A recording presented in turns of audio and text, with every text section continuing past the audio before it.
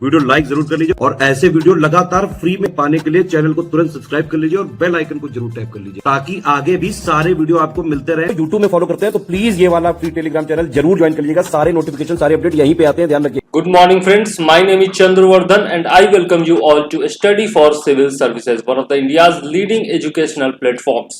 दोस्तों, बिहार सरकार की प्रमुख योजनाओं के बारे में आज हम लोग देखने वाले हैं।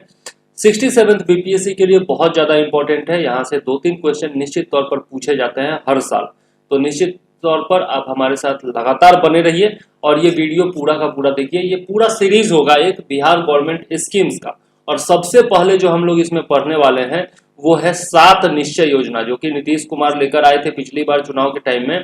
तो ये 7 निश्चय योजना के बारे में हम लोग पढ़ने वाले हैं। सबसे पहले हम लोग देखेंगे पार्ट 1 जो कि आया था पिछले चुनाव में, और उसके बाद फिर हम लोग देखेंगे इस बार जो 7 निश्चय योजना पार्ट 2 आया है उसके बारे में भी हम लोग इस सीरीज में ही देखने वाले हैं। तो सबसे पहले शुरुआत करते हैं 7 निश्चय योजना पार्ट 1 से, ओके। और इसमें हर एक योजना के बारे में हम लोग डिटेल से पढ़ते हुए जाएंगे, ठीक है। चलिए शुरू करते हैं। ये हमारे कुछ लिंक्स हैं जहां से आप हमारे पेड ग्रुप से जुड़ सकते हैं, तो निश्चित तौर पर जुड़िए और अपनी तैयारी को दीजिए नया आयाम, ठीक है। तो चलिए स्टार्ट करते हैं, लेट्स बिगिन। देखते हैं पार्ट 1 जो है आपका मुख्यमंत्री 7 निश्चय योजना का, इसमें क्या क्या है। सबसे पहले देखते हैं कि सातों योजनाएं क्या क्या है। तो सबसे पहला है आर्थिक हल युवाओं को बल। ये जो है आपका युवाओं के लिए है कि उनको आर्थिक रूप से सक्षम बनाया जाएगा ताकि उनका जो भविष्य है वो उज्जवल हो सके। दूसरा है आरक्षित रोजगार महिला का अधिकार, मतलब महिलाओं को रोजगार में आरक्षण देने की बात इसमें की गई है। 35% आरक्षण लागू है, आपको भी पता है, आगे भी देखेंगे, ठीक है। उसके बाद है हर घर बिजली। तो ये बिजली जो है वो हर घर तक पहुंचाना है, इसके लिए स्मार्ट मीटर वगैरह लगाने की ये योजना है, आगे देखेंगे इसके बारे में डिटेल से। उसके बाद है हर घर नल का जल, ठीक है। तो हर एक घर तक पीने का पानी, स्वच्छ पानी, पीने का जो पेयजल होता है वो नल के माध्यम से पहुंचाना इसमें लक्ष्य है। उसके बाद है घर तक पक्की नाली और गलियां। तो आप भी देख रहे होंगे कि आसपास में आपके भी ये पक्की नाली और गलियां वगैरह जो हैं वो बनाई जा रही हैं।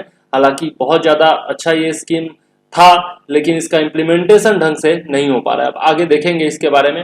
शौचालय निर्माण घर का सम्मान। तो जैसे स्वच्छ भारत अभियान के तहत भारत सरकार भी शौचालय का निर्माण करा रही है, उसी तरह से बिहार सरकार ने भी यह निश्चय किया है कि हर घर में शौचालय होना चाहिए और इसके लिए शौचालयों का निर्माण कराया जाएगा। उसके बाद है अवसर बढ़े आगे पढ़ें, ठीक है। तो इसके तहत जो है ना हर एक डिस्ट्रिक्ट में, हर एक ब्लॉक में अलग अलग स्कूल कॉलेजेस वगैरह बनाए जाएंगे, उसके बारे में भी हम लोग डिटेल से पढ़ने वाले, ठीक है। तो ये है हमारी 7 योजनाएं। ये पार्ट 1 की योजनाएं हैं, उसके बाद पार्ट 2 पर भी हम लोग आएंगे, लेकिन पहले 3-4 वीडियो में हम लोग पार्ट 1 की हर एक योजना को डिटेल में पढ़ेंगे। ये केवल जो है ना आपका प्री में ही काम नहीं आएगा, ये जो है जो मैं बताने जा रहा हूं ये मेंस में भी काम आएगा। यहाँ से बहुत सारे पॉइंट्स है जो कि आप 67th का जब मेंस देंगे उसमें भी लिख पाएंगे, और मेंस के लिए ज्यादा टाइम नहीं है तो प्री और मेंस दोनों साथ में अभी पढ़ते हुए चलते हैं, ठीक है। चलिए देखते हैं। सबसे पहला है आर्थिक हल युवाओं को बल।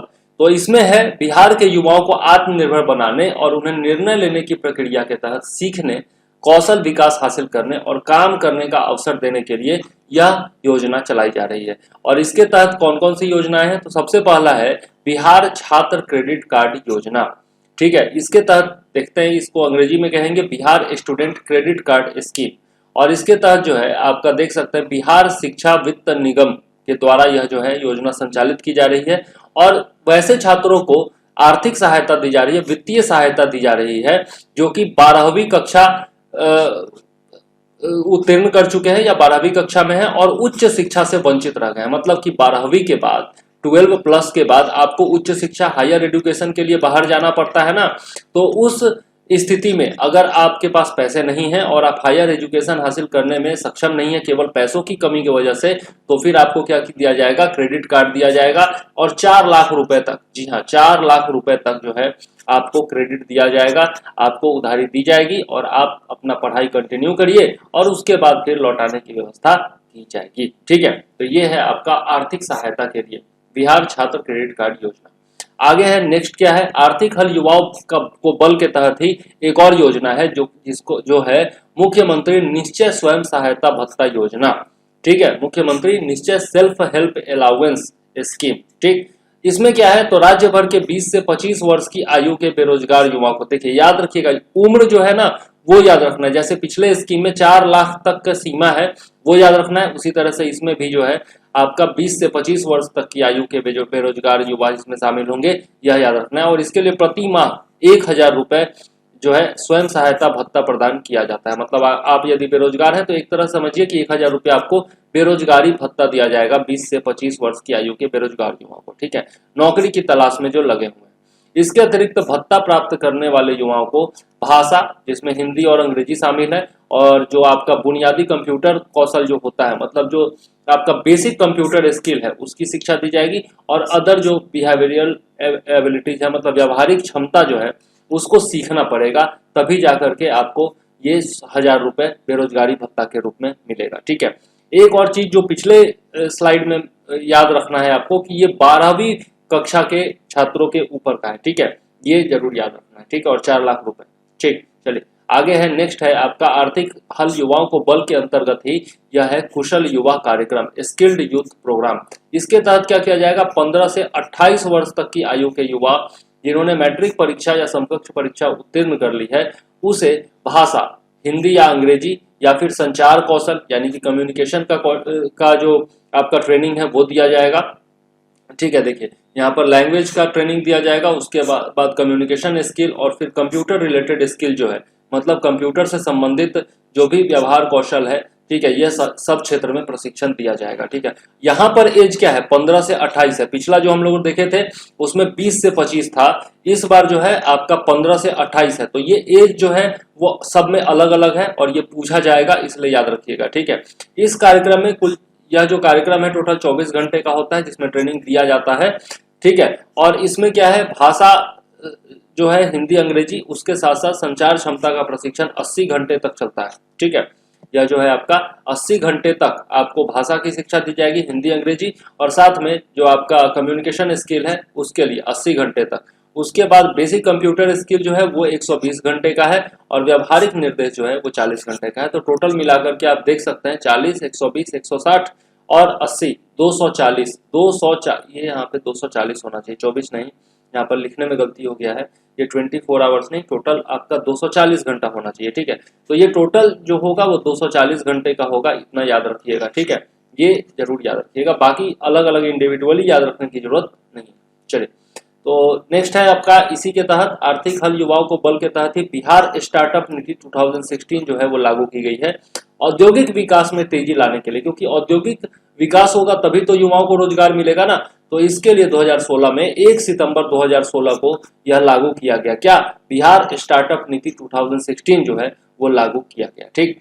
अब इसमें शामिल कौन कौन से उद्योग हैं, तो पर्यटन उद्योग है, खाद्य प्रसंस्करण उद्योग है यानी कि फूड प्रोसेसिंग है, फिर विनिर्माण है यानी कि कंस्ट्रक्शन है, छोटे पैमाने की मशीन है, फिर आपका सूचना प्रौद्योगिकी है, सूचना प्रौद्योगिकी का मतलब क्या, इंफॉर्मेशन टेक्नोलॉजी है, उसके बाद छोटी मशीन निर्माण है, उसके बाद विद्युत के साथ साथ इलेक्ट्रॉनिक उपकरण है, रबर और प्लास्टिक है, चमड़ा, स्वास्थ्य देखभाल सेवाएं सर्विसेज, गैर पारंपरिक ऊर्जा है ना, मतलब कि नॉन कन्वेंशनल एनर्जी जो है, इसके बाद वस्त्र और तकनीकी प्रशिक्षण मतलब टेक्निकल ट्रेनिंग। तो ये सारे जो क्षेत्र हैं इनका विकास किया जाएगा ताकि युवाओं को रोजगार मिल सके, ठीक है।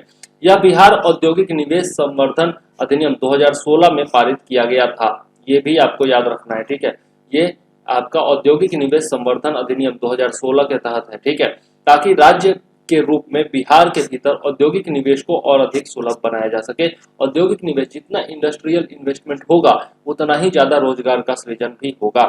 राज्य निवेश संवर्धन बोर्ड का अनुमोदन आवेदन प्राप्त होने की तारीख से 30 दिनों के भीतर औद्योगिक इकाइयों से सामान्यतः आवेदन पत्र का उपयोग करके ऑनलाइन अनुरोधों के माध्यम से प्राप्त किया जाना है। मतलब आप जब आवेदन देते हैं तो 30 दिनों के अंदर जो है आपका आवेदन स्वीकृत हो जाएगा, ठीक है। तो 30 दिन के अंदर होगा, ये आप याद रखिएगा, ठीक। तो ये जो है आपका मेनली यहाँ पे क्या करना है, उद्योगों को विकसित करना है, देश बिहार राज्य में जो है इन्वेस्टमेंट लाना है, उद्योगों के इंडस्ट्रियल इन्वेस्टमेंट लाना है ताकि बिहार जो है वो डेवलप कर सके, और डेवलपमेंट होगा तो अपने आप रोजगार भी सृजित होगा ही, ठीक है। नेक्स्ट है, सभी कॉलेजों और विद्यालयों में मुफ्त वाईफाई, और ये तो स्टूडेंट्स को बहुत पसंद आने वाला है।